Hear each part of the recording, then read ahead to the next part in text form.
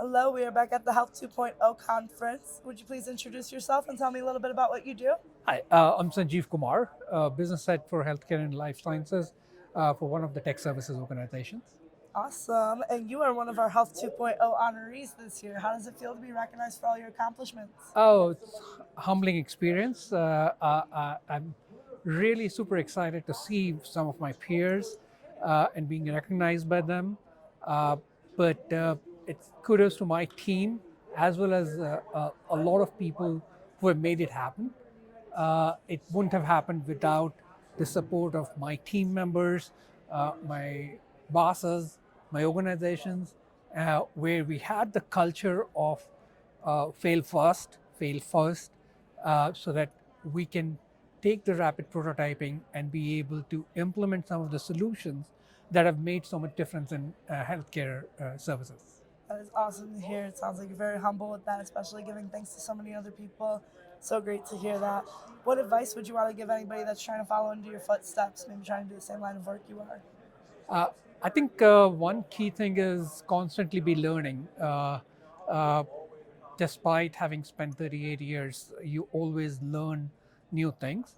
And with the speed of technology today uh, changing and the way generative AI adds the elements to it, it definitely means that we need to make sure that we are reinventing ourselves, our skills are upgraded, and the changes that we bring about would also be always focused on the patients, the caregivers, the providers, how it improves their lives. So, learning, making sure the people that you serve, and ensuring that your mind is always set on solving the problems and not hung up on a specific technology. I love that so much. That you keep that purpose strong in your head. Seems like you definitely have that actual will to want to help people. So that's great to hear. Love hearing that. How has your learning and networking experience been so far for the conference today? Did you enjoy your first day so far? Oh, great experience. I think one of our panel members was the legal expert who is supported in US legislation on digital therapeutics, providers, the product developers. It's a good mix of people coming in together and providing inputs, uh, uh, a real good networking opportunity as well, and making a lot of friends here. That is awesome to hear. And did you want to share a little bit more about how AI impacts healthcare would impact your work that you do? Yep. So I think generative AI definitely is the leapfrog. It's not an incremental jump. Super excited about it. The best thing that it does is enables people to be more productive and collaborative. A lot of times, the fear on AI as well as generative AI is it going to replace experts? Is it going to take away skills or jobs? To me, it probably would make a lot of differences. For example, we were just giving an example. How much time does a nurse take to change a bulb? The typical example is takes her 20 minutes, 1 minute to change the bulb, and 19 minutes to document, to put the case history, the put of the charting and everything else that is involved with it. Uh, that's where generative AI actually can make people more productive. It can also reduce the time it takes for decision making process.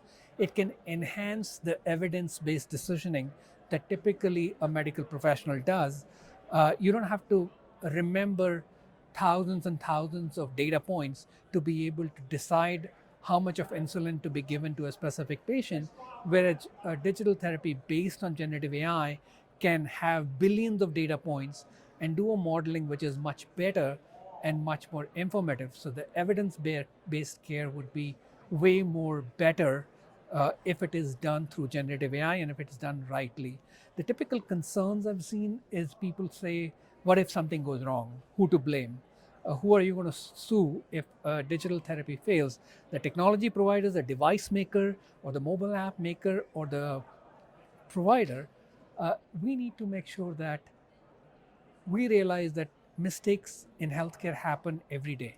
Yes. And when it's based on more evidence and more data, just like driverless car, accidents will happen. But would accidents be less than human error or more? Is where the technology's success would come in. And I feel that generative AI in healthcare space specifically leapfrogs us to be more collaborative, more evidence-based, and making our healthcare service providers way more productive and give them way better visibility. It'll also uh, enable the global reach where the healthcare hasn't been able to reach as much. Uh, uh, uh, Places like Asia, Africa, and evens the playing field between haves and have-nots. It also removes some of the biases that have been in clinical trials where the data has only been based on one section of population in the US. It creates more data points for better decision-making process. So super excited about uh, uh, this technology leap. And I hope generative AI can be harnessed well. Uh, Regulation, issues, concerns, all of that as an ecosystem would come together to move faster. But it'll be a good ecosystem to evolve, something to be harnessing rather than being scared of. I could definitely agree with that. Sounds like you're very passionate about it and, of course, very knowledgeable about it. You definitely deserve this award here for that. Congratulations on that again, and I really hope you enjoy the rest of your conference here this week. Thank you very much. Thanks, Thank Aitan. you. Thanks a Have a lot. good day.